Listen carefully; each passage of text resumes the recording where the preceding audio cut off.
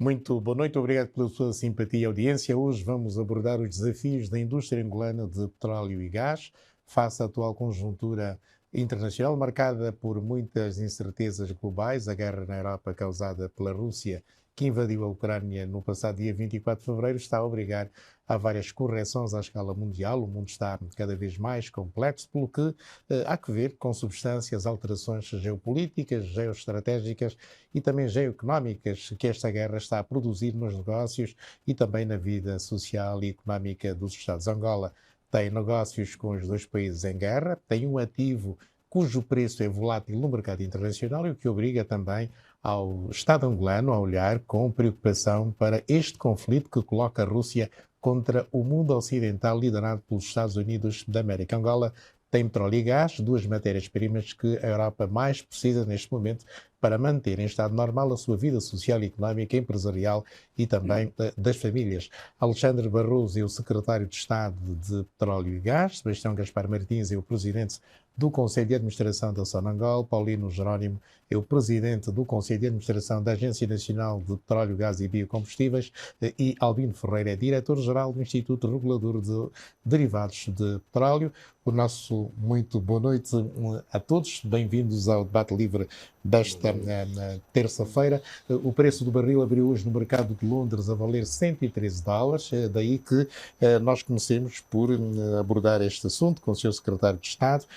Qual é, digamos, a avaliação que faz do preço do barril de petróleo hoje no mercado internacional de Londres, que é de referência para as nossas exportações? Muito boa noite, caro Anilton Xavier. Boa noite aos telespectadores da TV1. Antes de nada, gostaria de agradecer o convite que nos foi feito, em nome de Sua Excelência, Sr. Ministro dos Recursos Naturais, em nome próprio e de todos os trabalhadores do nosso país. Portanto, o preço do petróleo... Já lá vou ser secretário de Estado, porque o conflito entre a Rússia e a Ucrânia está a afetar o seu microfone. Sr. Presidente do Conselho de Administração da Sonangol, a mesma questão, que é do interesse mais até da Sonangol. O preço do barril de petróleo no mercado internacional hoje, $113 no mercado internacional de Londres. Fez as contas hoje? Olha, Milton, antes de mais uma vez também boa noite e obrigado pela oportunidade que nos dá de estarmos aqui. Mas em relação ao preço do petróleo, é sempre bom ter um preço do barril de petróleo ao nível em que está. Para nós, Sonangol, depois de termos vivido 2020 numa situação bastante difícil, aliás, não foi só Sonangol, foi o mundo inteiro, acho que 113 é algo que nos apraz e dá-nos muito prazer. E esperamos que ele se mantenha por algum tempo nesse nível, de modo a garantir receitas para a empresa e para o país. Creio que o Sr. Secretário de Estado já está em condições de poder dar a sua opinião, não podendo, Paulino Jerónimo, que é Presidente da Agência Nacional de Petróleo, Gás e Combustíveis, qual é o seu comentário a propósito do preço do barril de petróleo hoje no mercado internacional de Londres? Boa noite, amigo. Boa noite, caros telespectadores. Bem, como disse o Engenheiro Gaspar Martins, é positivo, embora a expectativa é que isso não perdure por muito tempo, já que isso foi impactado pela situação atual na Europa, da guerra na Europa. Mas também é preciso lembrar que mesmo antes da guerra da Europa, já o preço do barril estava acima de 80. Significa que antes da guerra da Europa, já a procura e a oferta determinaram a subida do preço do barril de petróleo. É assim que antes estava 80 e a expectativa é que a mais longo termo volte mais ou menos ao normal, aos 80 e 90, que mesmo assim a nós satisfaz. E para Albino Ferreira, Diretor-Geral do Instituto Regulador de Derivados de Petróleo, a mesma questão. Ok, muito boa noite a Milton, boa noite a todos os telespectadores que a essa hora nos assistem. Dizer que efetivamente a atual subida do preço do petróleo é derivada de um conflito armado. É evidente que os preços a esse nível nos satisfazem, mas infelizmente a causa da subida é que não nos parece ser a melhor. Porquanto guerras são sempre guerras, portanto são pessoas a morrer, é destruição descabida, não é? E então não me sinto confortável com essa situação. e faço votos para que esse conflito armado entre a Ucrânia e a Rússia termine o mais cedo possível para voltarmos às subidas naturais do mercado, com base na produção, com base na oferta e procura. Entretanto, ainda falando sobre este assunto, devo dizer que não nos devemos esquecer também que, independentemente do preço do petróleo bruto estar alto, os derivados também estão. Portanto, em consequência do preço alto do petróleo bruto, também os derivados estão a subir. E não nos esqueçamos que nós, Angola, independentemente de sermos um país produtor de petróleo bruto, somos também importadores de derivados ao mesmo tempo. Portanto, a nossa percentagem, digamos assim, de dependência das importações em relação aos produtos que consumimos no mercado interno é na ordem dos 80%. Quer dizer que estamos a vender, digamos assim, a nossa matéria-prima a preço alto, mas também estamos a comprar derivados a preço alto. Portanto, e a causa em si do problema me parece não ser a mais sustentável. Obrigado. Sr. Presidente da Sonangol, que Sonangol é que temos hoje, comparativamente ao que tivemos no passado? Olha, eu diria que a Sonangol que temos hoje é uma daquelas empresas que neste momento está mais leve. Primeiro porque deixamos ter a responsabilidade da gestão concessionária que passou para a Agência Nacional de Petróleos. Ela hoje está mais concentrada naquilo que é a sua atividade empresarial, está virada para resultados. É uma empresa que, para atingir agora esses níveis, sofreu um processo de regeneração e, dentro desse processo de regeneração, introduziu também novas estruturas, novas situações que conduziram a que ela se torna com práticas mais adequadas àquilo que é a realidade de uma empresa de óleo e gás. Nós tínhamos 21 subsidiárias com o processo de regeneração. Fundimos e hoje temos 5 unidades de negócio viradas para a cadeia de valor de óleo e gás. Aproveitamos para introduzir aquele que é o conceito atual da transição energética e na unidade de gás juntamos as energias renováveis. Temos projetos que estão em execução neste momento. Introduzimos também uma prática muito boa que tem a ver com o aspecto associado à transparência.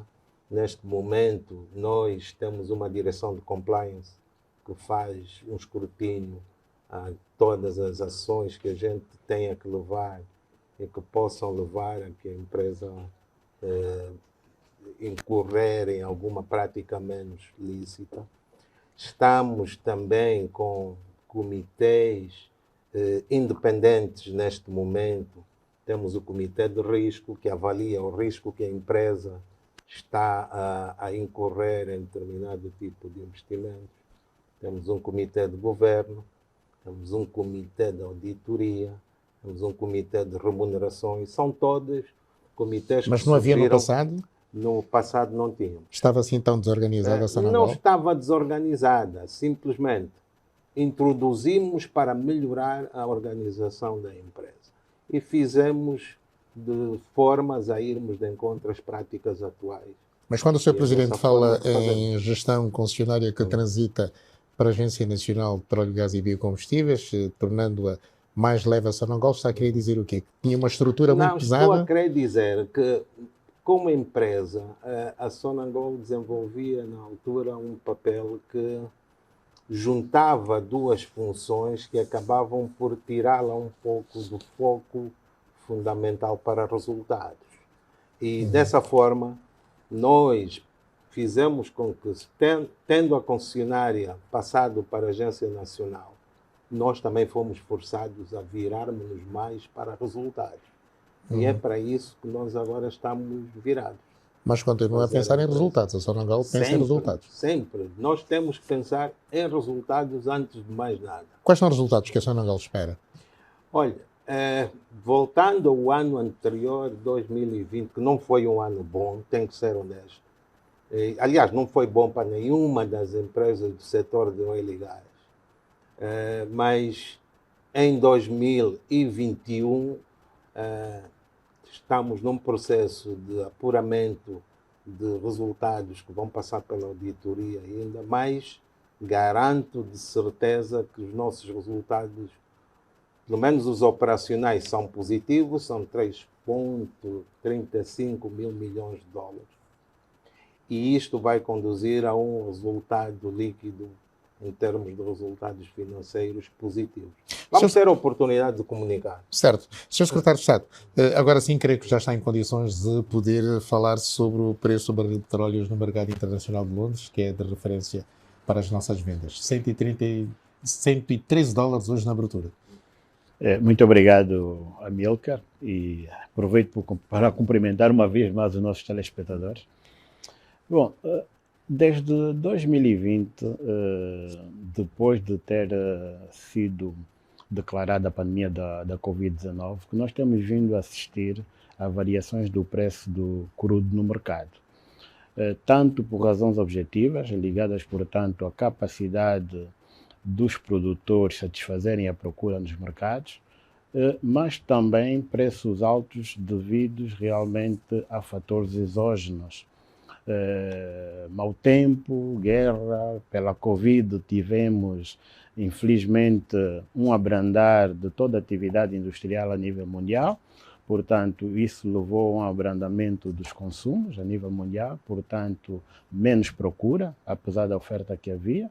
Isto levou, portanto, a uma redução do preço nos mercados e, felizmente, já em 2021 começamos a assistir realmente o relançar da nossa indústria em termos de recuperação de preços, mas surgiu-nos agora então o conflito na Ucrânia, que infelizmente levou a uma subida vertiginosa dos preços. Quer dizer, nós atingimos valores, há algumas semanas, 131 dólares por barril para o Brent, que é referência para o nosso crudo. E realmente, como dizia o senhor PCA da Sonangol, satisfaz-nos o preço alto, mas também eu alinho com o pensamento do diretor-geral do IRDP quando diz que as razões é que não são boas. Nenhum conflito armado, na realidade, trará resultados positivos para nós. Mas, Sr. Secretário, há de concordar comigo que, tanto o preço do barril chegou a 140 dólares no mercado mundial depois do início deste conflito, mas Angola está a produzir cada vez menos. Já produzimos quase 2 milhões, agora estamos a produzir menos de 1 milhão e 200 mil barris de petróleo. Corrija-me se estiver enganado. Não está enganado. Eu queria dizer que realmente o problema principal que nós enfrentamos hoje, o desafio principal que nós temos, é realmente o declínio da produção. E por que este declínio? Este declínio, que se verifica já há algum tempo, tem por razão principal a falta de investimento em exploração. Nós, durante alguns anos, não investimos o suficiente em exploração, o que, infelizmente, não nos permitiu renovar o nível de reservas que tínhamos. E nesta senda, a partir de 2017, foram tomadas algumas medidas para a reversão deste quadro. Mas, em função disso, mesmo assim, o país produziu muitos ricos. Vai produzindo menos, mas temos que pensar que a inflexão da curva de declínio tem sido atenuada. Portanto, este é o nosso objetivo principal hoje, é atenuar primeiro esta curva de declínio e depois, então, fazer todos os esforços possíveis para mantermos a nossa produção acima de 1 milhão e 100 mil barris. Mas, Sr. Secretário, qual era a situação do setor dos petróleos em Angola quando o Presidente João Lourenço assumiu o poder? Em 2017, infelizmente, quando do início dessa legislatura, o setor vivia uma situação difícil. Primeiro, como eu já disse, havia uma situação de declínio de produção enorme.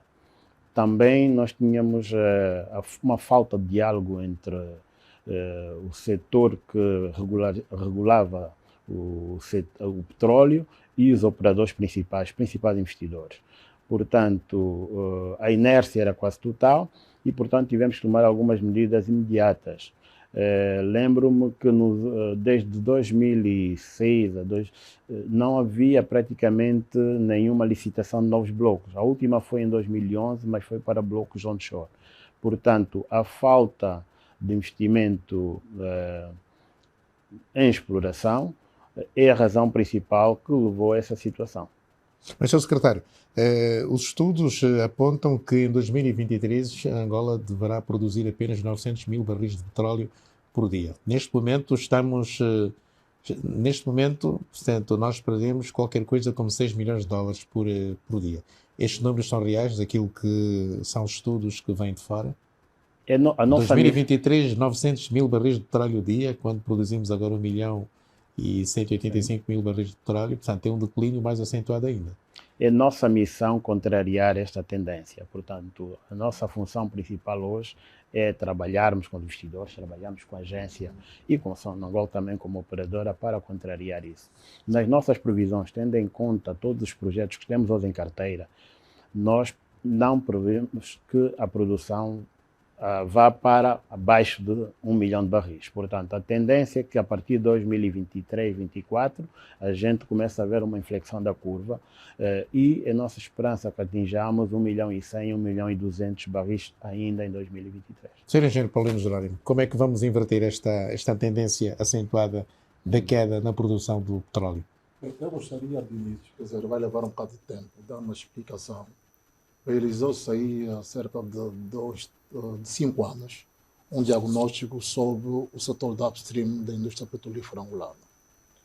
Esse diagnóstico constatou que, na altura da independência, nós 5 anos quer dizer que isso é um estudo ainda do tempo do antigo Presidente da República. Presidente, exatamente. Constatou-se que em 1975, na altura da independência, Angola produzia cerca de 172 mil barris de óleo por dia. Em 1993 passou para 500 mil, 2004, 2006 passou para 1 milhão e meio, 1 milhão e meio, e em 2008 atingiu a cifra de 1 milhão 903 mil barris de óleo por dia, por ano. E a partir daí passamos então para o chamado declínio, primeiro menos acentuado e agora mais acentuado. Nesta altura, o senhor tinha responsabilidade, estava na Sonangol. Exatamente. Por isso eu não estou a falar para o outro, também estou a falar para mim, né? Claro. Porque de facto estava na Sonangol. Nesse diagnóstico, nós acabamos por listar os fatores críticos de sucesso que estiveram na base desta subida até 1 milhão 903 mil barris de óleo por dia. Os fatores eram a promulgação da Lei 13/78, que pela primeira vez estabeleceu em Angola as regras para a realização de operações petrolíferas, foi a primeira lei das atividades petrolíferas. Como segundo fator crítico de sucesso foi a entrada em vigor dos contratos de partilha de produção de primeira geração, em que a partilha do petróleo louco era feita com base na produção acumulada. Em 92 entraram em vigor os contratos de partilha de produção de segunda geração, em que a partilha era feita com base na taxa interna de rentabilidade, isto porque definitivamente a produção acumulada não estimulava os investidores a fazer mais investimentos, porque a produção acumulada só tem uma direção, enquanto que a taxa interna de rentabilidade, um grande investimento, mexe sempre com a rentabilidade. E mexendo com a rentabilidade beneficia sempre o investidor.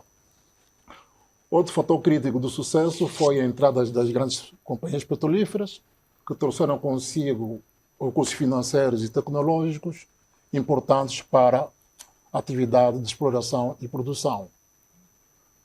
Também foi a altura em que nós realizamos a maior atividade de exploração. Só para dizer que na altura tínhamos cerca de 27 sondas em Angola a operar na mesma altura.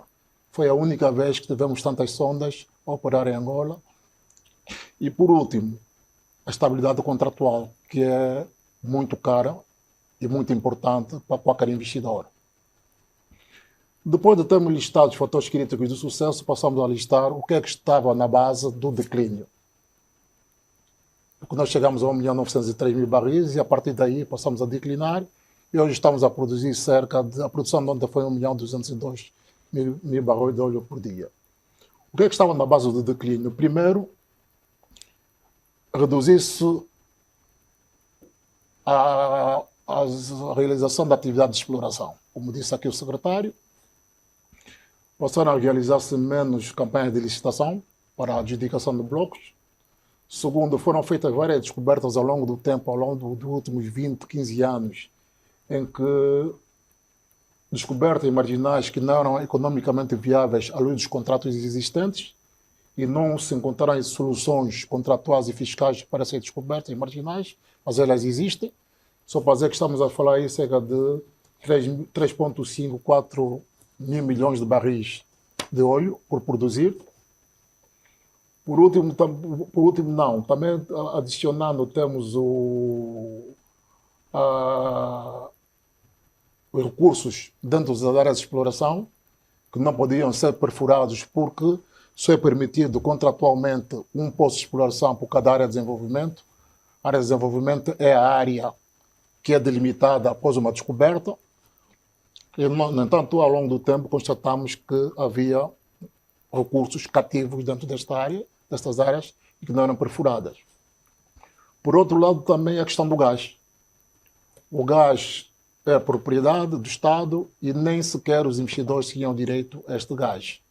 De tal maneira que havia algumas áreas que não foram perfuradas porque havia o risco de encontrar gás e naquela altura encontrar gás considerava-se um risco. Por outro lado, também constatou-se que havia lentidão na aprovação dos contratos de prestação de serviço às empresas petrolíferas. De tal maneira que todo esse conjunto de... Mas, Sr. Engenheiro, quem identificou tudo isso? Foram angolanos ou estrangeiros? Nós. Foi um grupo criado a nível de... Foi coordenado pelo Ministério do Planeamento, de que fez parte a Sonangol e o Ministério dos Petróleos. Com essa constatação, de facto, era importante encontrar soluções, né? Estavam identificados os problemas, então era preciso encontrar soluções. Daí que, em 2017, com a chegada do novo presidente, na nova legislatura, criou-se um grupo de trabalho conjunto, que foi o primeiro grupo de trabalho criado, em que participaram as empresas petrolíferas, os operadores petrolíferos, a Sonangol, da qualidade da concessionária, o Ministério dos Recursos Minerais e Petróleos e o Ministério das Finanças. Tudo coordenado pelo Ministério dos Petróleos, que, como resultado, elaboraram uma série de decretos que vão contribuir naturalmente para a melhoria da produção. Eu estou a falar do decreto da simplificação da contratação, porque a contratação, infelizmente, era um dos empecilhos e precisamos de reconhecer que era preciso resolver esse problema. Eu sei que a resolução desse problema trouxe uma certa agitação no seio das empresas locais, do conteúdo local, porque nós decidimos que tudo abaixo de 5 milhões não precisava de ser autorizado ou aprovado pela concessionária. Por quê? Porque nós antes tínhamos como limite da autoridade dos operadores o valor de 250 mil, podiam fazer a adjudicação direta até 250 mil, e 250 mil a 750 mil realizavam-se concurso, mas que não necessitavam da aprovação da concessionária para adjudicar o resultado do concurso. Este número, 250 mil, passamos para 1 milhão e o 750 mil passamos para 5 milhões. E é uma explicação simples. É que 80% dos documentos que entravam na concessionária estavam abaixo dos 5 milhões. Mas, no entanto, só representavam 20% das despesas anuais. Na prática, estávamos concentrados com um volume muito grande de contratos, mas que representavam pouco em termos de valor monetário. E, por outro lado, também é preciso fazer recordar que há 35, 30 anos, que foi a altura que se estabeleceu 250 mil como limite da autoridade, um posto de exploração custava 6 milhões e hoje o mesmo posto custa 100 milhões. quer dizer que aquele limite da autoridade estava de fato ultrapassado. De tal maneira que fez-se a correção e nós sabemos que houve a reclamação por parte dos investidores locais, porque o nicho de negócios deles estava abaixo de 5 milhões, então houve essa reclamação. Nós estamos a corrigir o tiro, definitivamente, com um instrutivo. Há um decreto 86/18 que estabelece esse limite, mas nós estamos a fazer um instrutivo sobre esse decreto. Também há depois a seguir o decreto sobre a exploração dentro das áreas de desenvolvimento. Vamos falar isso depois, Sr. Engenheiro, permita, vamos falar depois, porque senão fica a jogar sozinho, até porque já dizem, há setores no mercado que dizem que o senhor é árbitro e jogador. Já vamos voltar a falar eu não sou árbitro e disso. jogador. Mas queria ouvir Albino Ferreira sobre os desafios do setor dos derivados de petróleo, digamos, neste momento. Quais são os grandes desafios do Instituto Regulador de Derivados de Petróleo? Sim, senhor. Nós, à luz do Plano de Desenvolvimento Nacional 2018-2022, temos como um grande desafio o aumento da capacidade de refinação. Como eu disse na minha primeira intervenção, nós temos uma dependência das importações na ordem de 80%. E então o PDN definiu que nós devemos, nesta legislatura, iniciar pelo menos a construção de uma refinaria de petróleo, por forma a reduzir a dependência que temos das importações. Também definiu-se aqui que deveríamos criar um novo quadro regulatório da atividade que nós chamamos de downstream, né? Que é a atividade de refinação, armazenamento, distribuição e comercialização de derivados de petróleo. Este novo quadro regulatório visa, nós já o fizemos, visa, digamos assim, a liberalização total da cadeia de valor do downstream. Dizer que no documento orientador legal que regia a atividade antes deste mandato, o segmento de logística, que compreende as grandes aquisições, a importação, o grande armazenamento, a transportação primária, portanto, da refinaria para as grandes instalações logísticas e entre essas instalações logísticas. Portanto, esta atividade, no anterior regulamento que regia a atividade, era monopólio exclusivo da Sonangol.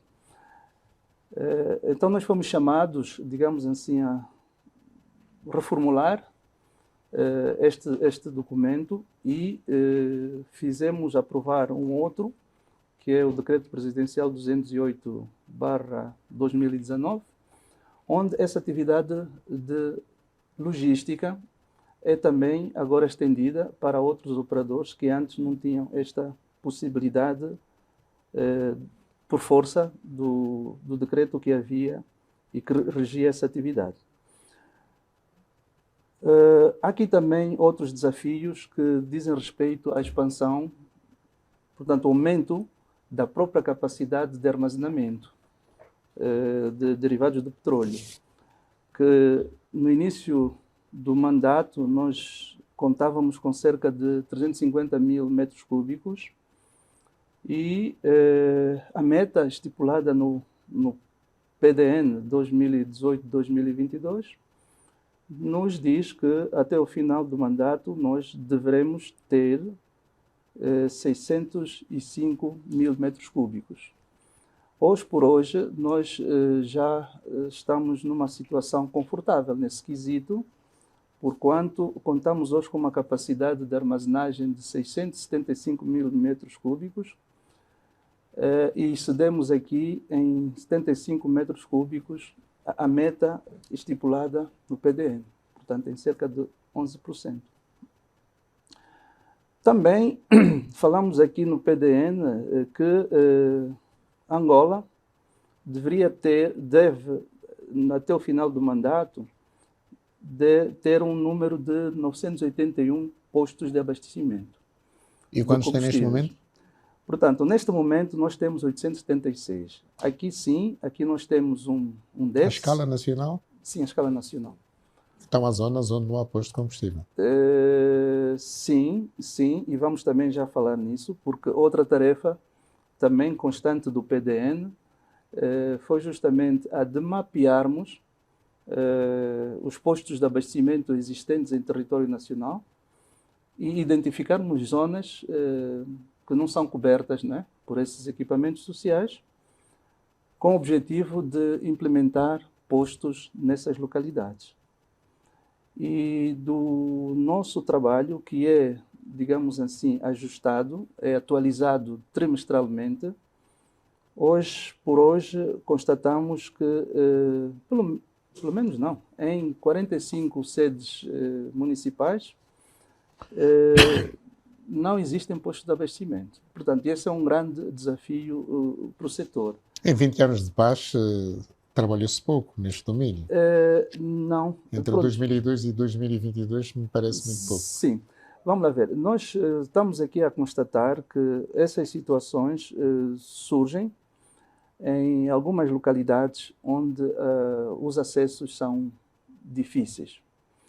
Nós entendemos que com o tempo e também com os esforços que nós vemos que estão sendo feitos a nível de reabilitação de estradas, sobretudo algumas terciárias, não forçosamente que devem ser, digamos assim, terraplanadas, que não deve ser esse também a meta do governo, ou melhor, asfaltar todas as estradas, mas que pelo menos sejam terraplanadas para que possa a nossa atividade também, enquanto elementos do segmento de distribuição, consigamos melhor fazer o nosso trabalho. Muito obrigado. Sr. Presidente da Sonangol, qual é neste momento o volume de produção da Sonangol? Viu-se, e o Sr. Secretário está a dizer que ontem vendeu-se 1.202.000 barris de petróleo. Qual é a fatia aqui da Sonangol? Nós hoje estamos com uma média de 210 mil barris de óleo por dia. Isto corresponde a cerca de 18% da produção total de Angola. Estes são os nossos direitos ao petróleo. Agora, a produção operada pela Sonangol hoje são 25 mil barris de óleo por dia. E é este desafio em que nós hoje nos encontramos, de trazer a Sonangol a ser mais participativa no contributo da produção geral de Angola. Se estamos a falar de hoje 1,2%, nós deveremos estar aí à volta dos 2%. E o nosso objetivo, em termos de estratégia, nos próximos 7 anos, é atingirmos os 10%. Os 10%? De produção total de Angola. Esse é um dos objetivos que nós temos. Temos projetos em carteira.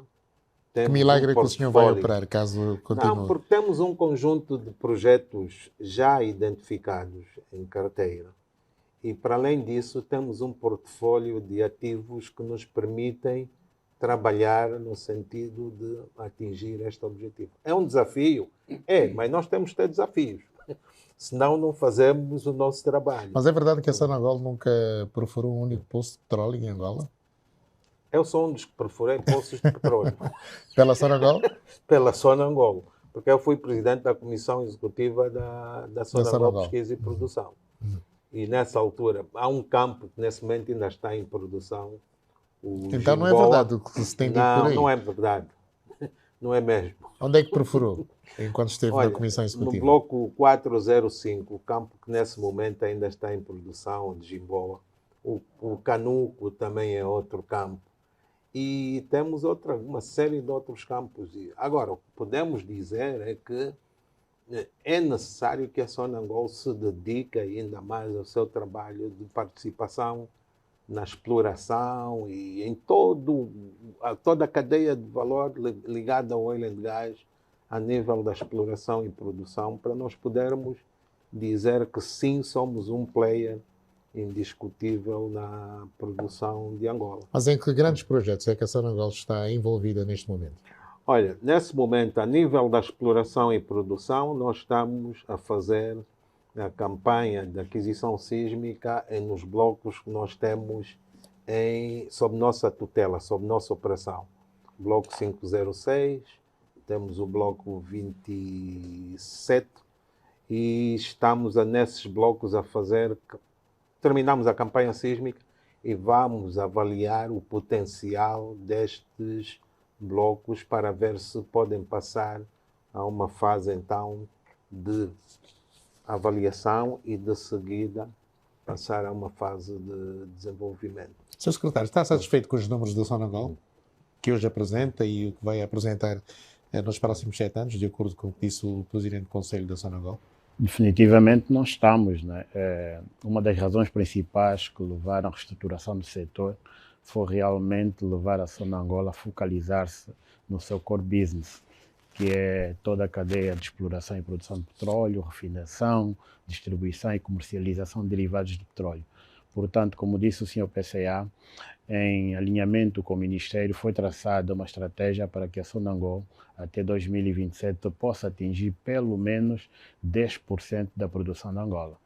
E nós acreditamos que há toda a vontade da Sonangol, há capacidade técnica. Agora temos que olhar para a mobilização de fundos que permitam realmente executarmos esta estratégia. Mas quando era gestora concessionária, a Sonangol apresentava, digamos, números branqueados, é isso? A Sonangol nunca apresentou números branqueados. O problema é que a Sonangol sempre apresentou, na realidade, os números, uma mistura de números de produção operada e produção participada. Portanto, nós, se juntarmos tanto a produção operada quanto a participada da Sonangol, ela tem quase 18% da produção nacional, enquanto que a concessionária ela tem cerca de 20%. Portanto, antigamente a Sonangol, que também tinha o papel de concessionária nacional, apresentava cerca de 40% da produção nacional. Quer dizer, não eram números branqueados, era apenas a forma estatística como nós apresentávamos os resultados. Mas aos olhos daqueles que conhecem a Sonangol de ontem e de hoje, chegaram à conclusão que a Sonangol era uma empresa, digamos, com um gigante com pés de barro, se quisermos. Ou não? Não acreditamos que seja. Nós temos é que perceber as circunstâncias em que a Sonangol realmente acumulava as funções de concessionária e outras, e que, portanto, não havia realmente um foco, não havia realmente uma decisão corporativa para dedicar-se à atividade principal de exploração e produção. Ela tem ativos, como disse o PCA, e se nós conseguirmos realmente organizar-nos, como a gente pensa que pode, vamos então inverter esse quadro. Então vamos fazer aqui o nosso primeiro intervalo. Estamos a falar dos desafios da indústria do petróleo e o gás, à luz da conjuntura internacional. Como sabe, Angola produz muito pouco em termos de barris de petróleo, está a produzir muito aquém do que já produziu, um país que, segundo vários estudos, está na 4ª posição, depois da Nigéria, da Líbia e também da Argélia. Um curto intervalo, já voltamos, como disse, estamos a falar da indústria angolana de petróleo e gás, à luz da conjuntura internacional, marcada por este conflito. A Rússia invadiu a Ucrânia no passado dia 24 de fevereiro e está a produzir à escala mundial um conjunto de situações negativas que obriga também a que o Estado angolano faça correções para que as famílias, as empresas vivam bem. É um curto intervalo, já voltamos. Bem-vindos à segunda parte do Debate Livre. Estamos a falar hoje dos desafios da indústria angolana de petróleo e gás face à atual conjuntura internacional, marcada pela guerra na Europa entre a Rússia e a Ucrânia e que, naturalmente, é uma preocupação à escala mundial e Angola está neste mundo global, não podia ficar de fora. Vamos voltar ao nosso tema e vou começar com Paulino Jerónimo, que é Presidente do Conselho de Administração da Agência Nacional de Petróleo, Gás e Biocombustíveis. Há pouco o secretário de Estado falava do declínio, portanto, cada volta dos 16% a 20% da nossa produção de petróleo, mas a Agência Nacional de Petróleo, Gás e Biocombustíveis, o que é que está a fazer neste momento para inverter esta tendência de queda? Ok. Tendência não, que é mesmo uma queda acentuada. Sim, na minha anterior abordagem, eu falava da legislação nova que saiu já na nova legislatura. E essa legislação, eu começava por falar da simplificação do processo de aprovação, da exploração dentro das áreas de desenvolvimento, dos incentivos fiscais e contratuais aos campos marginais, da permissão ou do regime jurídico de exploração, desenvolvimento e produção de gás, e da estratégia de exploração que foi aprovada recentemente, bem como a estratégia de atribuição de concessões. E tudo isto originou uma série de ações junto aos operadores. E um exemplo simples é que nós detectamos que tem havido constantemente paragens não planificadas que têm impactado negativamente a nossa produção devido à manutenção preventiva. Então, o primeiro ponto que nós discutimos com os operadores foi, de fato, reduzir substancialmente essas paragens não planificadas. Como? Melhorando a planificação, a manutenção preventiva.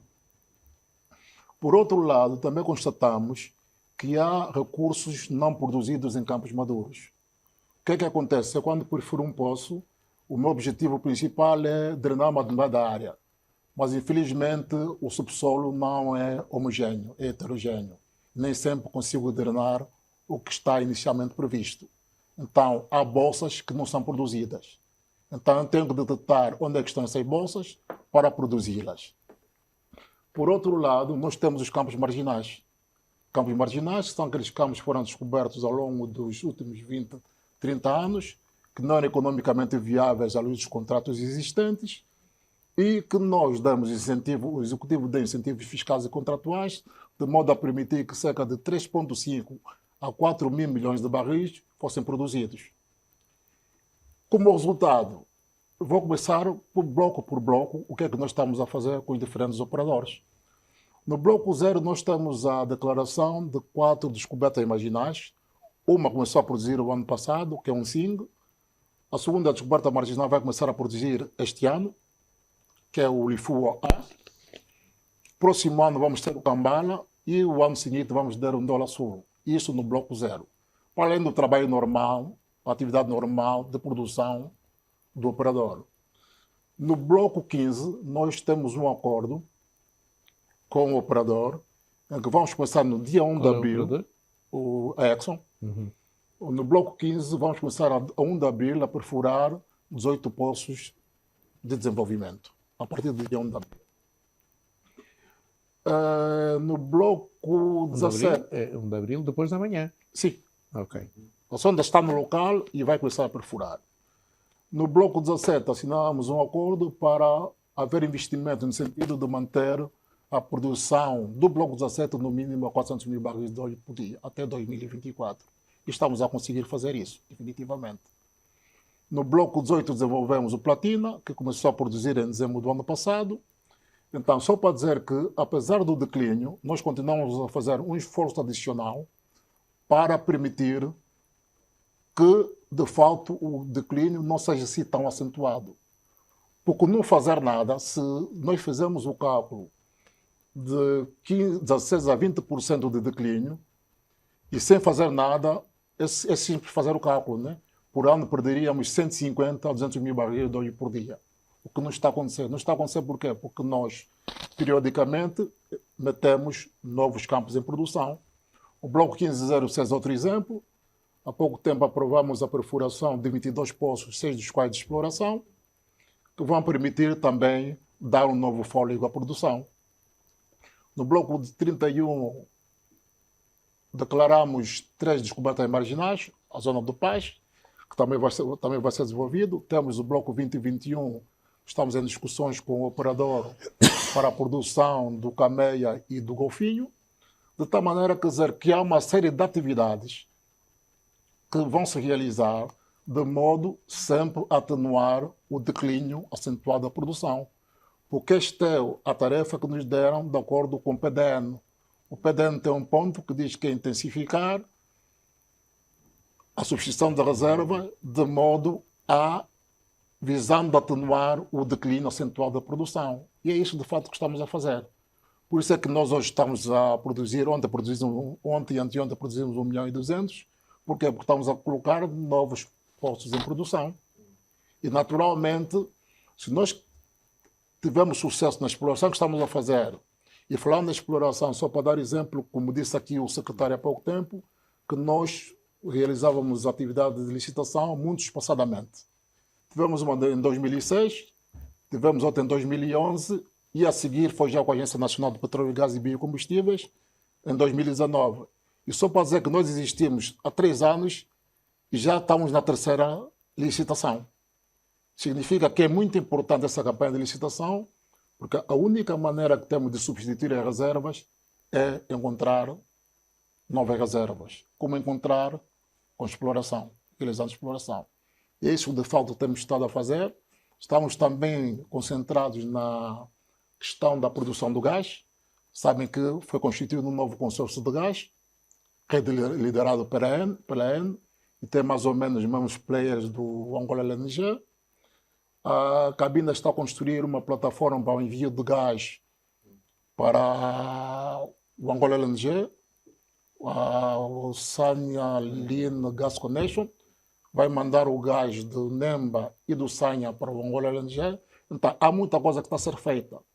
Por isso é que, muitas vezes, os comentários de que não está a se fazer, não. Há muita coisa e há muitos acordos feitos.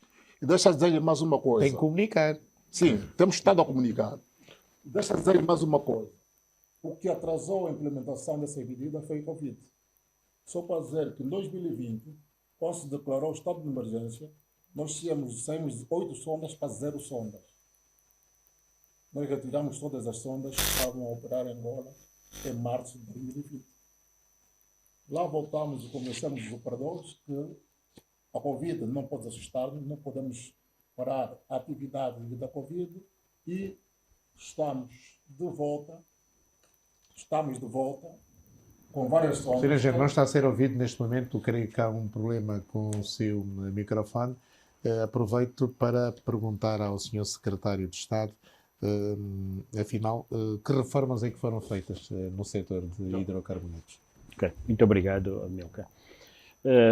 Quando em 2017 os operadores pediram uma audiência com Sua Excelência e Sr. Presidente para apresentar o estado do setor petrolífero, portanto, disseram eles e apresentaram em poucos slides, em poucas palavras, um estado verdadeiramente catastrófico. E afirmaram na altura que caso nós não fizéssemos nada rapidamente, que em pouco tempo teríamos níveis de produção baixíssimos. Alguns até apontavam para menos de 700, 600 mil barris de petróleo. Portanto, o plano intercalar, na realidade, também definiu um programa de reestruturação da Sonangol e, nesta altura, foi criado por Decreto Presidencial 307/17 de 23 de dezembro, um grupo técnico de trabalho constituído pelo Ministério dos Recursos Minerais, Petróleo e Gás, Ministério das Finanças e os órgãos do setor. O trabalho deste grupo levou à reestruturação do setor para, entre outras, acabar com algum conflito que havia na função concessionária. Assim foi criada a Agência Nacional de Petróleo, Gás e Biocombustíveis, a ANPG, com a função de regulador e fiscalizador a toda a atividade do upstream, e dedicando-se, portanto, à supervisão contratual de toda a negociação ligada ao upstream.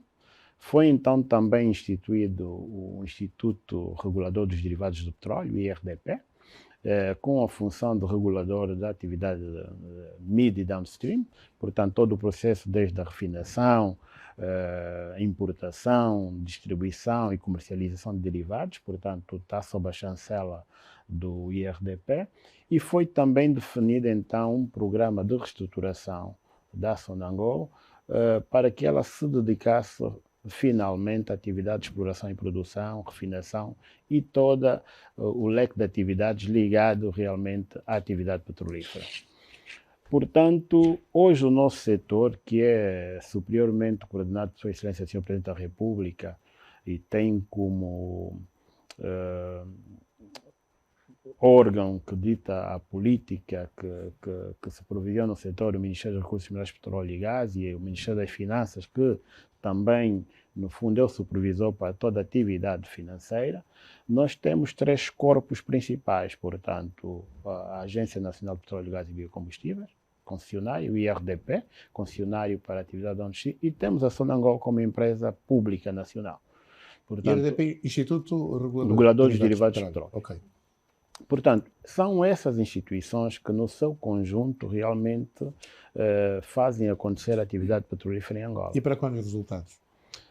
Os resultados vão surgindo, como disse o Sr. PCA da NPG.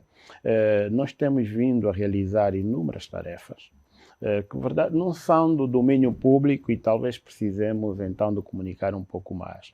Mas tudo começa realmente com a implementação de uma estratégia nacional de exploração. Portanto, a estratégia da NPG de exploração 2019-2025 é a base para que nós possamos realmente encontrar novas reservas e assim substituir aquelas que estão a ser produzidas agora. Temos também que, como dizia o PCA, e não pode terminar por questões técnicas, temos que insistir na estratégia de licitação de novos blocos. A estratégia atual prevê que até 2025 sejam licitados cerca de 50 blocos. Dizia o PCA que estamos na 3ª licitação e deveremos chegar ao fim. Portanto, e ultimamente foi aprovado um decreto de suma importância, que é o decreto que vai permitir que áreas anteriormente licitadas e que, por alguma razão, não tenham sido consignadas, que estejam sempre à disposição de possíveis investidores. Portanto, essas ações, conjugadas também com os esforços da Sonangol como empresa nacional em aumentar a sua cota de produção, vão levar-nos, sim, à inversão desta curva acentuada de declínio. Muito obrigado, Sr. Secretário. Vamos ficar momentaneamente ainda por aqui. Já lhe dou a palavra para depois falarmos de outros projetos também que o Estado tem para este setor, mas aproveitado o facto de Angola de ter neste momento a presidência da CPLP, Comunidade de Países de Língua Oficial Portuguesa, aproveitava para perguntar aqui ao Instituto, que papel é que desempenha neste momento o Instituto dentro desta Associação de Reguladores dos Países da CPLP? Muito obrigado, Amílcar. Na verdade, o IRDP é membro da RLOP há sensivelmente 3 anos. Portanto, a RLOP é a Associação dos Reguladores dos Países de Língua Oficial Portuguesa. E é uma instituição de caráter técnico-científico e um dos seus objetivos é a partilha do conhecimento em matéria de regulação desses países que fazem parte desta instituição. Em Angola, não somente o IRDP faz parte, mas também a própria Agência Nacional de Petróleo e Gás. Nós, há coisa de 2 anos atrás, no âmbito desta organização, o IRDP foi eleito secretário da Assembleia Geral. Temos tido um desempenho positivo no âmbito desta organização. Tentamos fazer o melhor que podemos enquanto membro e é assim que na passada sexta-feira nós tivemos a reunião da Assembleia Geral desta organização e como um pouco reconhecimento também do trabalho que nós vamos fazendo dentro desta instituição e no âmbito da renovação de mandatos, portanto, a nossa instituição, o IRDP, assumiu a presidência deste órgão. Dizer que, portanto, é um desafio enquanto regulador nacional. Entendemos que talvez não sejamos tecnicamente os melhores da instituição e também não é isso que faz com que nos possamos tornar presidente dessa instituição, uma vez que o objetivo principal da instituição é a promoção, digamos assim, do intercâmbio técnico e científico dentro da mesma. Daí que, pelo desempenho que nós tivemos nos últimos 2 anos, merecemos essa confiança e vamos tentar não defraudar a confiança depositada em nós.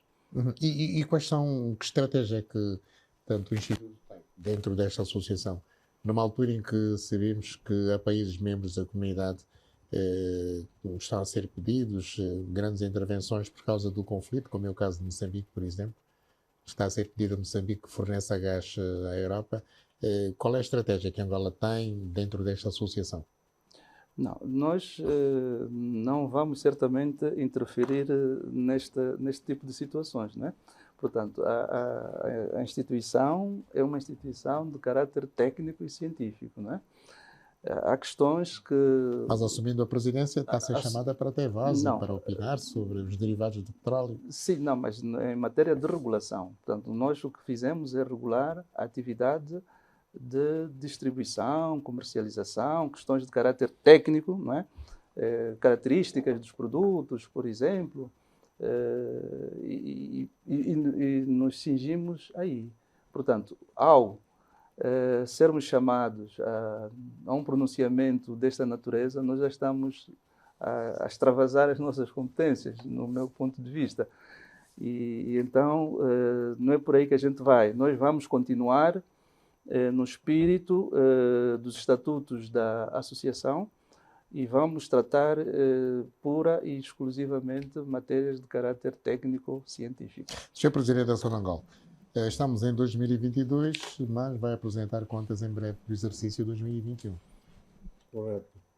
Quando é que vai apresentar? Vamos fazer, a lei obriga que nós devêssemos apresentar até 31 de março de 2022, mas atualmente foi dado um pequeno prazo adicional, nós devemos ir até maio, que é o que permite a lei. Entretanto, nós já estamos num processo bastante avançado, fora do prazo. muito fora do prazo, mas não passou tudo pelo aspecto ligado à Sonangol. Havia uma série de questões.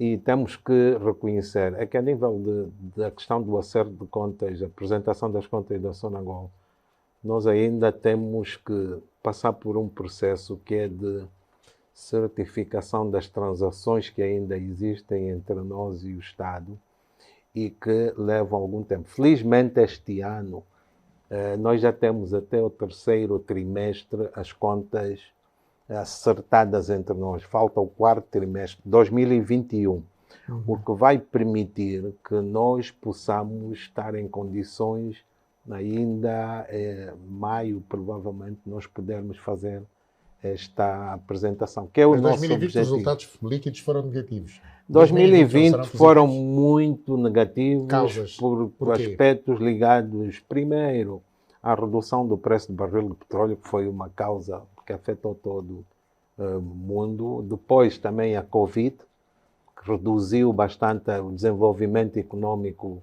a nível mundial e Angola não podia ser uma exceção. E outros aspectos que estavam associados à situação. O mundo quase que parou em 2020.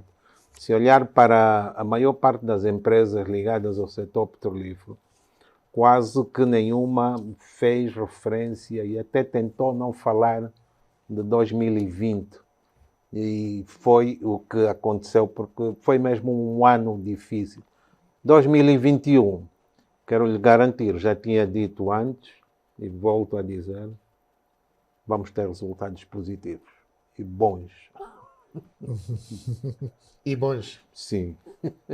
Bom, mas aliás, o resultado operacional já faz referência a isso. Só o facto de nós chegarmos a 3,35 mil milhões de dólares de resultados operacionais positivos desta magnitude, nós vemos que o resultado final, a nível financeiro, o resultado líquido vai ser positivo, asseguro. Agência Nacional de Petróleo, Gás e Combustíveis, como é que olha para o mercado neste momento, o mercado interno? Bem, nós em termos de mercado interno, nós não lidamos muito com o mercado interno, né? Porque o mercado interno é a distribuição de combustíveis e esta parte não nos afeta porque o nosso produto é a produção de petróleo bruto. E aí para a nossa atividade, né? Nós exportamos ou mandamos para a refinaria o óleo para ser processado. Em termos de mercado interno, a distribuição é mais da Sonangol e sob a regulação do IRDP. Mas tem opinião, por exemplo, deste acordo entre a Rússia e a China? Até que ponto é que isso pode prejudicar o nosso país, por exemplo? É interessante colocar essa situação. Pode, porque os preços estão a ser praticados. Na comercialização entre a China e a Rússia, pode negativamente afetar a Angola, né? Porque definitivamente nós somos fornecedores de petróleo bruto à China, e se a China encontrar um mercado mais barato, claramente vai para o mercado mais barato, né? Então isso pode, nesse aspecto, afetar negativamente a venda do nosso petróleo. Mas nós encontramos sempre solução, né? Porque nesta altura, quer dizer, se não for para a China, nós já tivemos casos de que 5 carregamentos que não foram para a China, foram para outros países. Encontra-se imediatamente um comprador. Só para dizer-lhe que na altura da Covid havia muitos barcos pelo mundo à procura de portos para descarregar e nós não tivemos esse problema. Nós felizmente não tivemos esse problema de redução da produção por não haver compradores. Não tivemos esse problema. Mas o que eu quero perceber, Sr. Engenheiro, é qual é a proporção deste impacto, digamos, deste negócio russo-chinês para o nosso mercado? É difícil de avaliar, porque nós temos contratos fixos com a China, né? Mas infelizmente cláusulas desse contrato dizem que a China também, em algumas circunstâncias, pode procurar um outro mercado, né? Mas estamos a pagar dívida com petróleo. Exatamente. E neste caso, a China pode preferir ir buscar, porque a União Soviética, a Rússia, está a vender com desconto, né? E naturalmente, mas isso nós encontramos sempre solução, né? Definitivamente, nós não vamos ficar com o nosso petróleo na mão. Vamos sempre... Não? Não. Vamos sempre ter vendedores, porque nós temos nossos parceiros que também utilizam, podem ser eles próprios os compradores, então há várias soluções. Isso não constitui um grande problema para Angola. Há uma divisa que tinha sido criada e que foi criada nos anos 80 por um grande jornalista da Rádio Nacional, já não está entre nós, mas de saudosa memória, Rui de Carvalho, que dizia que o petróleo de Sonangol, o nosso petróleo ia muito longe. O nosso petróleo continua a ir muito longe. Continua para onde a ir é que muito vai? longe. Para além da China e para além da Índia? E para dizer que continua muito longe, quer dizer, olha, essa pergunta da comercialização, como sabe, nós temos um acordo com a Sonangol atua como nossa agente, porque para nós não fazia sentido ter duas entidades do Estado a fazer o mesmo trabalho, a venda de petróleo bruto no exterior. De tal maneira que quem controla a venda, nós controlamos mais aquela parte que tem a ver com a dívida externa, mas o resto é controlado pela Sonangol, já que a Sonangol comercializa em nome da agência. É Sonangol? Sim, a Sonangol comercializa em nome dessa agência, porque também a Sonangol tem estruturas criadas para este efeito. E não precisávamos duplicar estruturas tendo a Sonangol. Mas a Sonangol tem um problema com os dividendos, não é? Dividendos? Sim, daquilo que é produzido. Eu estou-me a referir, por exemplo, à questão dos subsídios. Mas isto é um outro tema associado aos preços dos produtos derivados, não é? Sim, porque eu estou a falar, isso é comercialização. Petróleo bruto. Isso é derivado. Pois. Eu estou a falar comercialização do petróleo bruto. Ok. Pois. Que é o do Estado, nós, concessionária, representamos o Estado nesta matéria. Então deixa-me ouvir o regulador. Pois. Deixa-me ouvir o regulador em relação a isto, dos derivados de petróleo. Ok. Falando dos preços. É isso. Exatamente. Ok. É assim. Nós, no início do mandato também fomos O chamados... senhor é que vai ter a competência de liberalizar os preços? Prontos, em princípio, já É que de algum todas as tempo... perguntas aqui têm que ter resposta, porque Sim, os senhores são senhora. os senhores do setor. Vamos responder, vamos responder. Não, nós, no início do mandato, também fomos chamados a fazer uma proposta visando, de facto, uma nova política de preços, não é? E fizemos esse trabalho, apresentamos efetivamente a proposta a quem de direito, onde, pronto, nesta proposta nós indicávamos... A quem de direito não, o único titular, ele é o único titular, não é? Portanto, a quem de direito, Naturalmente. estamos a falar do titular, Naturalmente. do Poder Executivo. Exatamente. E então esta proposta foi apreciada e basicamente cinge-se no seguinte, quer dizer, nós, enquanto instituição, teremos futuramente a incumbência de mensalmente calcular o preço de referência para cada um dos produtos derivados do petróleo. Portanto, o preço de referência para o LPG, que não é, portanto, que é o gás de cozinha, da gasolina, do gasóleo e do jet A1, que é o combustível para os aviões. Este preço de referência é o preço máximo admissível, ou seja, os operadores nas suas transações comerciais, nenhum deles poderá praticar um preço acima do preço de referência estipulado pelo Instituto Regulador. E mensalmente fizemos-lo por quê? Porque, como sabeis, o preço do petróleo, ou melhor, o preço dos derivados é calculado em função de uma série de variantes. Variantes essas como sendo o próprio preço do petróleo bruto, o preço de transporte, o preço de armazenagem, também varia em função da taxa de câmbio, e tudo isso muda durante um período de tempo. E então nós fomos à busca do mês, não é? Para, portanto, a periodicidade mensal, para que esse trabalho seja feito. Significa dizer então que todos os meses nós temos esse trabalho feito e informamos ao Ministério das Finanças sobre o nosso trabalho e presentemente, e já de algum tempo a esta parte, o preço que nós calculamos é efetivamente utilizado e é respeitado, é observado nas transações de jet A1 somente.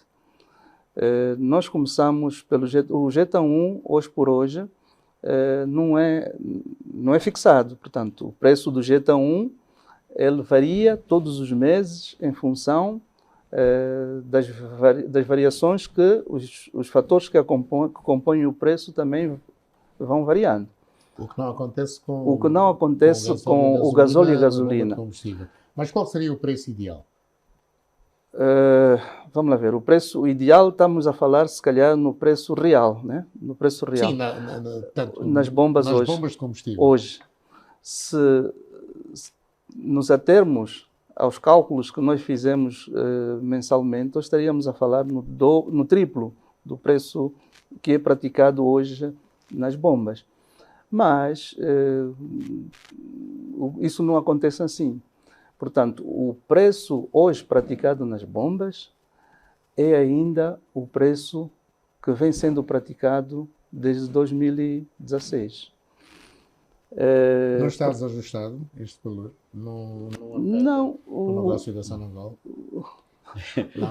Se calhar, se me permitir...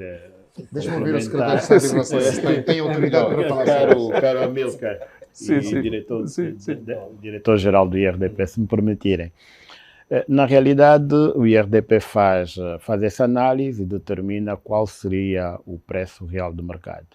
Contudo, e olhando mais para uma visão holística, macroeconômica, o nosso governo tomou a decisão de subsidiar os combustíveis. É a realidade, nós subsidiamos os combustíveis porque as análises mostram que se fizéssemos essa correção, iríamos impactar o custo de vida das nossas populações. Mas isso tem um custo para as nossas finanças públicas. Pois, tem um custo, mas o nosso Esse Estado... custo está avaliado? Está mensalmente, trimestralmente, a Sonangol e o Ministério das Finanças acertam as suas contas. Uma, como dizia há pouco tempo o Sr. PCA da Sonangol, um dos valores que são acertados entre a Sonangol e o Ministério das Finanças é realmente esse valor de subsídio. Portanto, não podemos saber. Eles variam e tudo vai depender da flutuação entre o preço real e o preço que nós praticamos. Nós diríamos que o valor de subsídios anuais é na ordem dos $1.000 milhões. Portanto, $1.000 milhões. É este o valor. Mas nós não podemos olhar apenas como um custo para o Estado. O Estado teria outros custos se afetasse realmente a vida das nossas populações. Portanto, constantemente são analisados vários índices ao preço, índices de consumo e vamos tentar então encontrar um mecanismo no tempo certo para fazer esses acertos, que nós pensamos deverá ser gradual. Mas hoje não há condições sociais que permitam fazer esse acerto. A Agência Nacional de Petróleo e Gás, voltando à produção, medidas estão a ser implementadas para a estabilização, digamos, de produção? Nós temos uma série de decretos que foram aprovados e nós estamos nessa altura a trabalhar para a implementação desses decretos.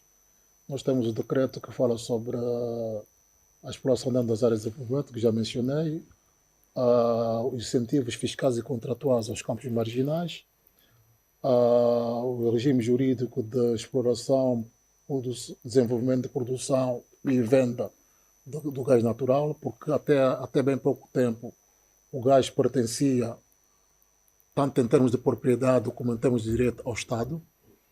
A propriedade continua com o Estado porque é constitucional, é um recurso natural e pertence ao Estado, mas o Estado cedeu os direitos para que os investidores monetizassem em benefício tanto do Estado como dos investidores. Com base nesses princípios, nós então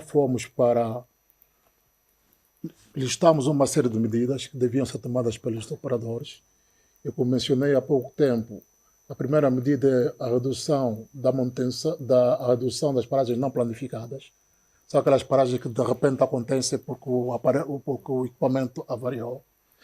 E isso melhorando a manutenção preventiva. Infelizmente, aí há uns 2, 3 anos ou 5 anos, houve uma redução drástica em termos de manutenção, nos investimentos para manutenção. E isso está a afetar-nos até hoje.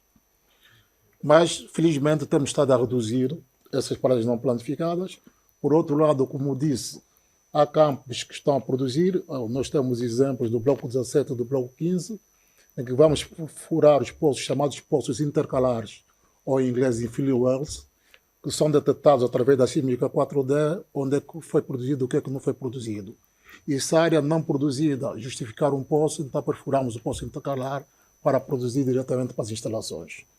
Tem sido feito isso no bloco 14, no bloco 15, no bloco 17, e é isso de fato que tem, por enquanto, mantido a nossa produção ao nível que está. O que deixa dizer-lhe que se, conforme disseram os operadores, no encontro que tiveram com o titular do Poder Executivo, se nada fosse feito, nós estaríamos hoje a 500 mil barris de óleo por dia sem problema nenhum. Por quê? Porque o declínio são de 16 a 20%, nós perderíamos aí cerca de 150 a 200 mil barris de óleo por dia anualizado. De tal maneira que tem sido feito isso. Outra medida, como disse, é a produção do gás. Nós temos um Mas projeto... em relação ao petróleo, nós estamos a perder, Sr. Secretário, Sr. PCA da agência, qualquer coisa como 100 mil barris de petróleo dia. Isto é significativo. Não tanto, não tanto. E deixa eu dizer uma coisa que é preciso também informar aqui os nossos telespectadores, é que o declínio é natural. O declínio Mas o dos que campos, dizem os relatórios da agência em relação a este declínio? pois, o declínio é natural. O que nós temos que fazer, o que não é natural é não fazer nada. Quer dizer, o declínio é natural porque é a perda de energia do reservatório e, naturalmente, é só para dar um exemplo que a Noruega há pouco tempo produzia 3,2 ou 3,6, hoje está a produzir 1,6.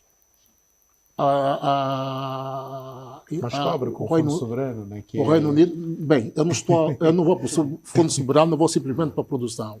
Então, esse declínio é natural e nós estamos a fazer, o que estamos a fazer é meter em produção vários poços. Nós tivemos no Bloco 17, o Dália 2, Dália 3, foram projetos que furaram aí cerca de 10, 15 poços. Vamos ter agora o Clove 3, que vai furar aí cerca de 5 poços. Quer dizer, são esses poços que vão fazendo com que nós não baixemos do nível de 1 milhão de barris de óleo por dia. Estamos a fazer isso, naturalmente estamos a ter sucesso, porque senão estaríamos, como disseram os operadores, estaríamos hoje nos 500 mil barris de óleo por dia. Não nos esqueçamos que nós estamos a adicionar, mas o declínio continua, não para por nós estamos a adicionar.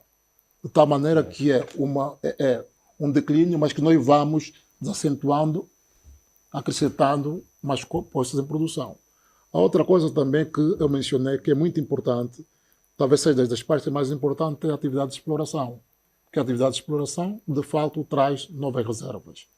Nós temos uma estratégia de exploração aprovada recentemente, e a estratégia de exploração tem como objetivo avaliar todas as bacias sedimentares de Angola, começando as águas ultra profundas, que é onde estão os blocos 46 a 50, passando pelas águas ultra profundas, que são do bloco 31 ao bloco 45, águas profundas, que são do bloco 14 ao bloco 30, e as águas rasas e o onshore do litoral. Mas além do onshore do litoral, nós também estamos a avaliar as chamadas bacias do interior. Bacias interiores são sedimentos com cerca de 520 mil quilómetros quadrados de área e que ocupam a província do Cunene, do Cubango, parcialmente Mochico, parcialmente Balange e Uís. Isto tem que ser feito por nós, porque nós precisamos, de fato, de primeiro avaliar antes de irmos aqui fora e promover essas áreas. De tal maneira, tudo está a ser feito para que mantenhamos a produção estabilizada por enquanto, à espera que haja uma descoberta que, de fato, pode fazer a inversão para cima do perfil de produção. Mas está tudo a ser feito com todo o cuidado. Sabe que nós temos aqui das maiores empresas petrolíferas do mundo, boas, a fazer o seu trabalho, e nós temos estado a trabalhar, e deixa dizer que isso foi um plano estratégico traçado dentro da própria agência, né? Certo.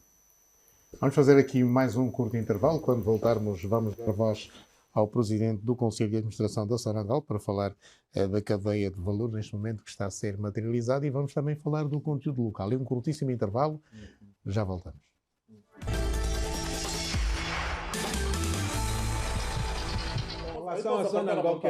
E voltamos ao nosso debate. Hoje estamos a falar da indústria angolana de petróleo e gás, à luz da conjuntura internacional marcada por esta guerra entre a Rússia e a Ucrânia, que está a colocar o mundo numa série de incertezas, fundamentalmente no domínio de petróleo, gás e, se quisermos, de biocombustíveis. Presidente do Conselho de Administração da Sonangol, é chegado o momento de falarmos da estratégia que está a ser realizada em toda a cadeia de valor da Sonangol.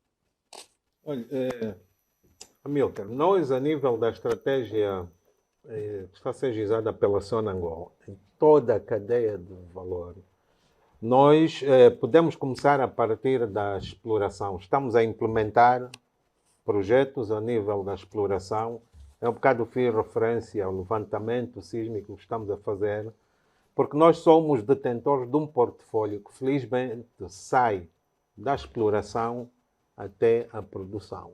Isto no que toca a exploração e produção. Daí que estamos a levantar o potencial que temos a nível dos nossos ativos de exploração, quando se fala que é necessário que uma empresa tenha ativos no sentido de poder manter sempre um declínio de produção ou uma capacidade de produção para não deixar que ela caia, é preciso ter a exploração. Mas para ter exploração é preciso trabalho.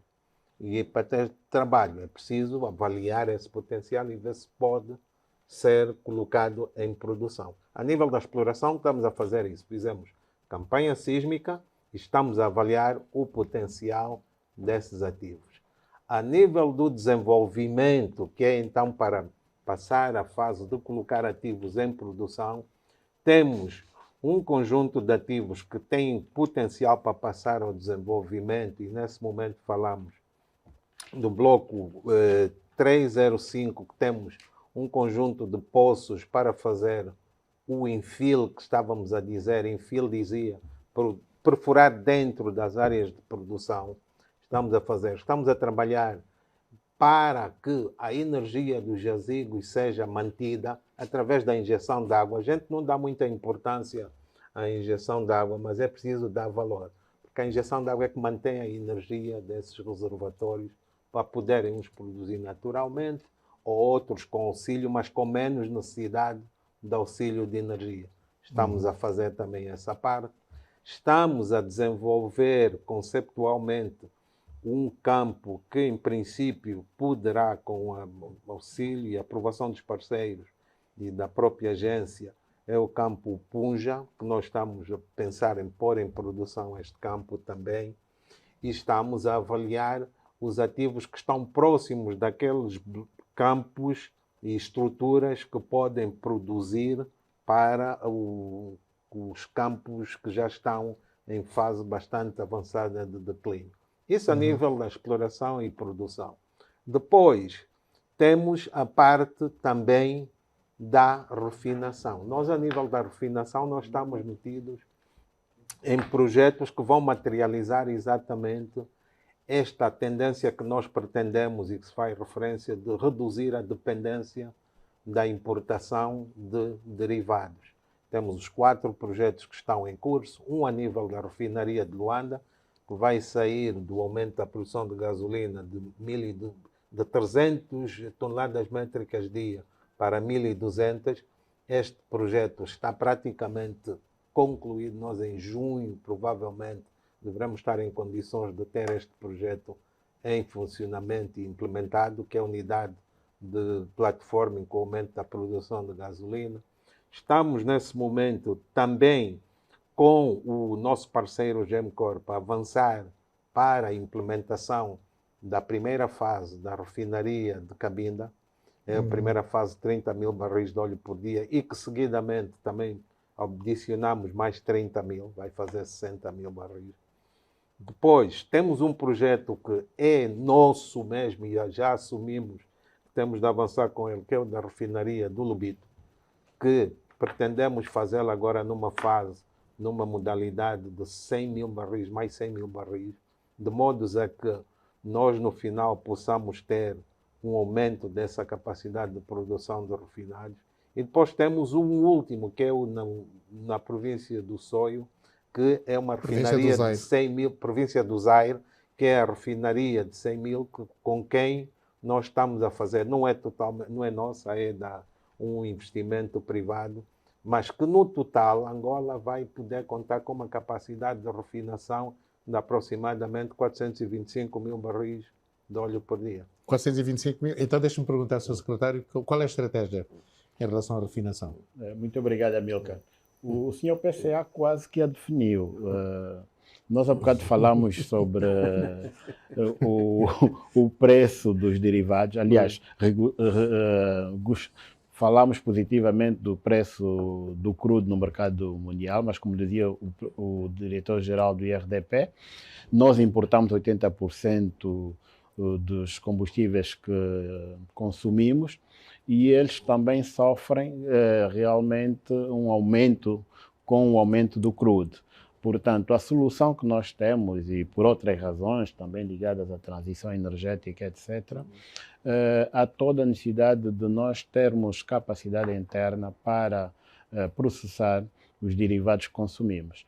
Portanto, a estratégia que foi desenhada e aprovada pelo Executivo passa realmente pela melhoria da refinaria de Luanda, a única que nós temos até hoje, para que ela possa produzir até 4 vezes mais gasolina do que produz hoje, e também inclui a construção de 3 novas refinarias, a de Cabinda, cuja primeira fase para processar 30 mil barris deverá estar pronta ainda no final deste ano, e uma segunda fase mais 30, portanto, no primeiro trimestre de 2023. Temos a refinaria do Soio, como disse o Sr. PCA, para 100 mil, e por último o relançamento de um projeto antigo de construção de uma refinaria no Lubito. Portanto, à luz do mercado atual, foram feitas algumas revisões do programa de engenharia e também dos custos, e a Sonangol neste momento está a terminar um processo de seleção de parceiros para levar a sua construção. Já que está no uso da palavra, Sr. Secretário, tenho mais 2 questões que reputo importantes. A outra questão tem a ver com o conteúdo local. Qual é a estratégia? Já temos legislação. O conteúdo local, ao contrário do que muita gente diz, não é uma questão de hoje. Ao longo dos anos, eu diria mesmo nos últimos 20, 25 anos, o governo angolano tem envidado esforços para angolanizar a indústria petrolífera. Foi o termo que a gente vem utilizando já há algum tempo. Inicialmente, isto passava pelo recrutamento, formação e promoção de quadros nacionais. Alguns de nós, se não todos, fomos frutos desta política de angolanização, para podermos, na realidade, atingir patamares de direção e outros nas empresas. O Estado não está refém das multinacionais, estão no nosso mercado. O Estado está refém, não. O Estado é parceiro das multinacionais e temos que perceber as limitações que às vezes temos. Mas sabe que as temos. empresas estão a despedir angolanos? Tem conhecimento? Temos conhecimento e temos conversado com as empresas para minimizar esse despedimento. E o que é que o Executivo está a fazer? O que o Executivo está a fazer, paralelamente aos processos normais de controlo da força de trabalho nas empresas nacionais e estrangeiras, porque nós, Ministério, assinamos um contrato de programa com as empresas, onde são definidos programas de desenvolvimento dos recursos humanos. E aí nós analisamos, por exemplo, mesmo que haja necessidade de expatriados para a execução de determinadas tarefas específicas, é gizado um programa de substituição desta força de trabalho expatriada por nacionais. Mas já falamos aqui do efeito negativo que teve a Covid na nossa atividade. Portanto, devido à limitação de mobilidade, nós fomos forçados em abril de 2020 a parar toda a atividade de perfuração. E a atividade de perfuração é aquela que, na realidade, congrega mais empresas de serviço e com ela também um maior número de quadros angolanos. Tendo sido parada completamente essa atividade, tivemos, na realidade, algumas plataformas, algumas sondas de perfuração que saíram do país e levou ao despedimento de grande parte da Força de Trabalho Nacional. Portanto, foi um processo quase natural. O que nós fazemos é contrariar esse processo, forçando as empresas a manter um quadro mínimo de técnicos e pessoal de base em Angola. E isso nós fizemos. Conteúdo local. A Agência Nacional de Petróleo e Gás e Biocombustível. Nós temos a responsabilidade de implementar as políticas de conteúdo local. Além disso, todas as políticas que são gizadas pelo Estado no setor da upstream são implementadas pela agência. Nós, nessa altura, estamos em implementação desta política. Bem, como não sei se foi dito, mas o conteúdo local estabelece 3 regimes de contratação. O regime de exclusividade, que é vedado simplesmente para as empresas angolanas, quer dizer, empresas que pertencem 100% a angolanos. Depois tem um que é do regime de preferência, em que entram as empresas exclusivamente de angolanos e também as empresas de direito angolano, que não precisam ser exclusivamente de angolanos, bem como as joint ventures. Depois temos o regime de concorrência, que é para todo mundo, né? Para os angolanos e para os estrangeiros. E para esse efeito, nós estabelecemos critérios para elaborar listas de quais são os serviços que vão cair na exclusividade e quais os serviços vão cair na preferência. Foi feita a lista com base em determinados critérios. O critério principal foi a complexidade. E é verdade que as empresas angolanas estão a ser colocadas à margem dessa estratégia de conteúdo local? Não estão a ser colocados tanto assim, Amílcar, que, de princípio, o próprio decreto, e está aqui a Secretário de Estado 271/20. Se calhar dizer que este decreto é novo, há um decreto novo que foi exarado em 2020. E é à luz deste decreto realmente que se estão a tomar novas medidas para contrariar aquilo que o Amílcar diz. E continuando, contrariar o que é dito por certos setores que estão dentro da área de petróleo e gás. Que esta lei foi produto de discussão entre o setor público, as empresas internacionais e as empresas nacionais e associações de empresas. Portanto, não foi possível agradar a todos 100%, mas houve um misto de compromisso. Nós tivemos aqui já 3 debates e os representantes dessas empresas sublinharam que as empresas angolanas estão reféns das multinacionais que estão no mercado. Deixa-me só dizer uma coisa, Mica. E isto, quer dizer, é muito natural. Primeiro... E pessoas muito experimentadas do setor dos estratos estiveram aqui nesse mesmo estúdio. Deixa-me só dizer uma coisa, quer dizer, primeiro, o nosso nível de desenvolvimento industrial não ajuda nesses termos. Vamos pôr as coisas assim a claro. Por quê? Porque as empresas do conteúdo local, mesmo sendo do conteúdo local, têm que adquirir os bens fora. Porque ninguém produz aqui, definitivamente. Só para dar um exemplo, há pouco tempo houve a subida da taxa de retenção na fonte para as empresas sediadas fora do país de 6,5% para 15%, e os principais afetados foram as empresas do conteúdo local. Quando o objetivo do decreto era outro, era incentivar as empresas do conteúdo local. Mas as empresas do conteúdo local obtêm os seus bens fora. Então, acabaram por ser afetadas por essa subida de 8,5%. De tal maneira que, como disse o secretário, houve uma discussão aberta. Eu participei em quase todas as discussões. E, de fato, chegamos a um ponto que alguém tem que liderar no processo. E o processo foi bem liderado pelo Ministério do Recursos Minerais e Petróleos. Conseguimos a lei. E mesmo para a fase de implementação, quando criamos os critérios para o regime de exclusividade e o regime de preferência, também tivemos a intervenção dessas empresas. Tivemos a intervenção da CEPA, que é a Associação dos Países das Companhias Produtoras, a ICIPA, que é dos prestadores de serviço, a CEA, que é das empresas autóctones, quer dizer, todos participaram de fato nessa discussão. E ninguém pode apontar tanto o decreto como a implementação como só do Ministério. Claro, o Ministério teve que levar, como entidade do Estado, é a única que podia levar este tema ao titular do Poder Executivo. Mas nós temos estado a implementar.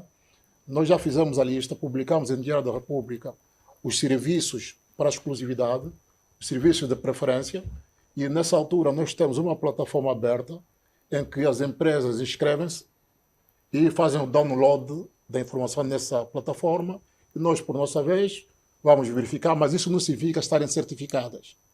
Uma coisa é ser registrada, outra coisa é ser certificada. Depois de fazer o download da informação, se houver necessidade de alguns esclarecimentos, contratamos a empresa, mas a certificação só termina quando tiverem toda a documentação e quando visitarmos as instalações dessas empresas. Certo. Para ter a garantia que, de fato, podem prestar esse tipo de serviço. Uma oportunidade, se me desse a oportunidade para falar ou pelo menos explicar a questão das empresas nacionais estarem reféns das empresas estrangeiras. O problema é que a atual lei de investimento privado já não obriga os investidores estrangeiros a fazerem parcerias com nacionais. O que acontece é que muitas empresas que estão no nosso país há algum tempo são fruto de parceria entre empresas internacionais e nacionais.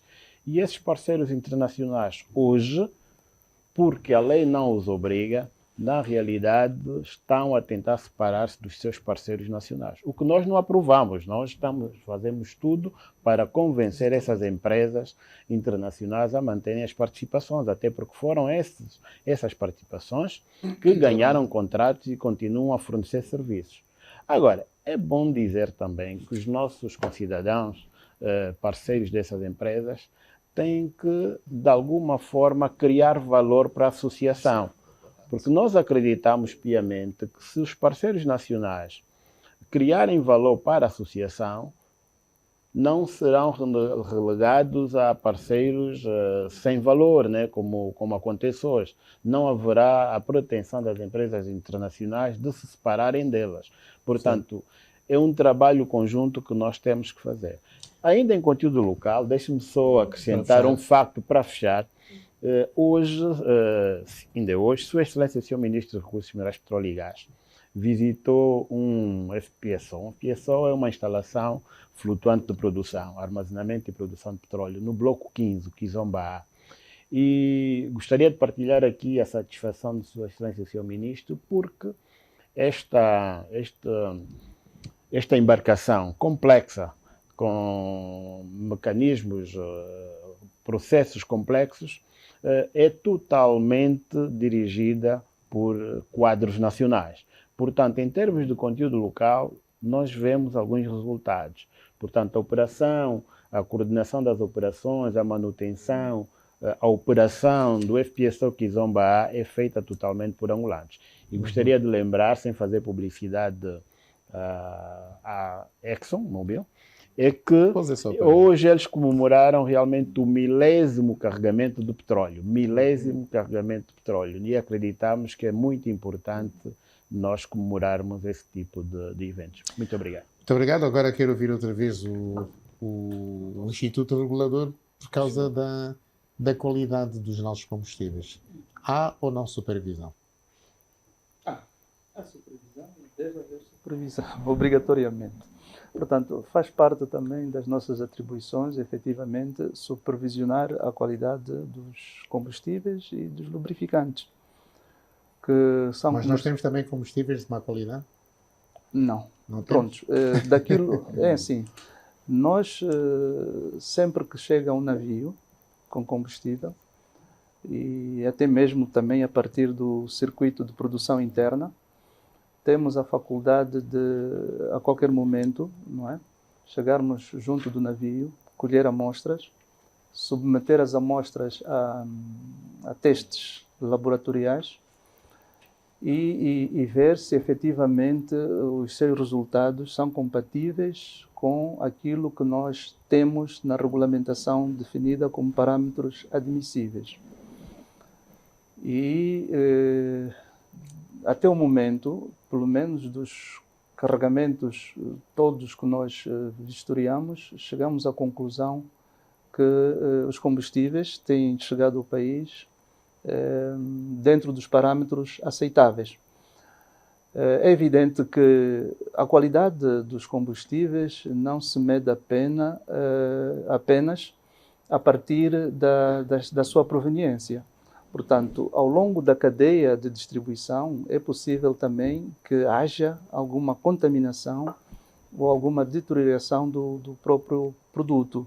Se os tanques forem os tanques dos receptores, neste caso, né, de quem compra e armazena nos seus depósitos, se não tiverem uma manutenção cuidada, é possível que também aí alguma situação menos boa possa acontecer.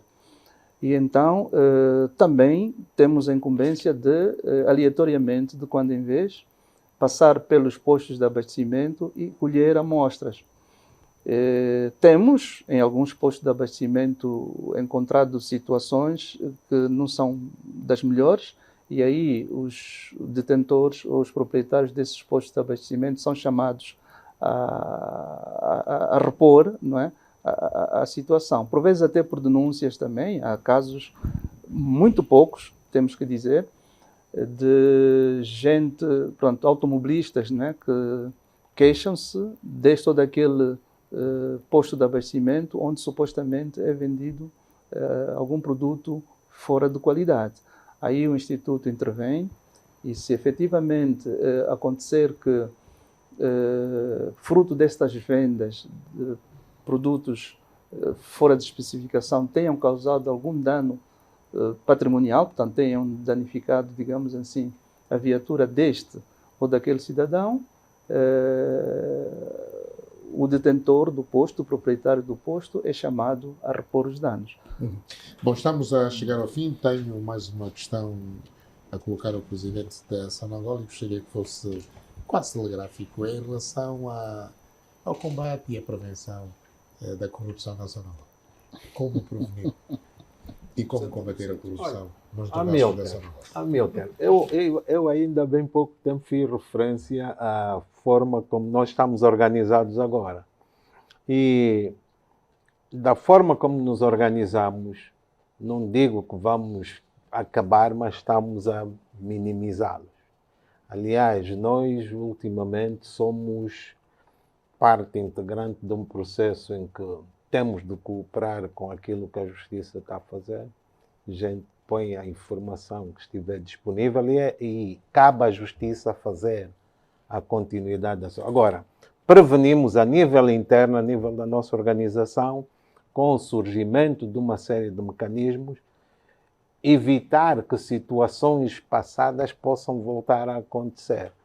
Agora, dizer que tínhamos acabado com ela, se calhar é um bocado sermos utopia demais, mas estamos a trabalhar nesse sentido. A nova Sonangol é mesmo a Sonangol mais transparente, mais eficiente, que visa que daqui a uns tempos o próprio Amilcar também queira comprar parte das ações que nós vamos colocar e você vai poder beneficiar se puder. Muito obrigado.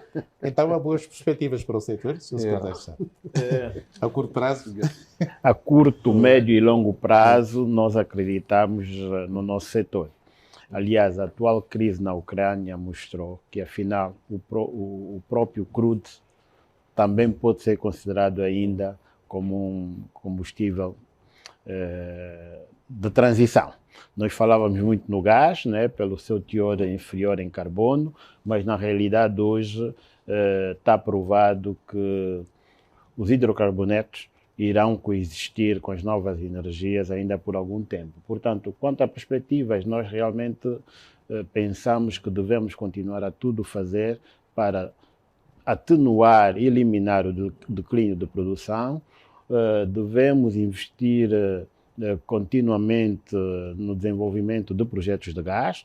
O senhor PCA da agência falou um bocado no novo conceito de gás. É um instrumento fundamental para a nossa política que vai, no fundo, operacionalizar um plano diretor de gás que está a ser, neste momento, gizado pelo nosso setor. Última questão é para a agência. O que é isso de conectividade no setor da upstream? Alguma literacia para nós também em relação a isso? Conectividade, não sei se estás a se referir a conectividade a nível do reservatório.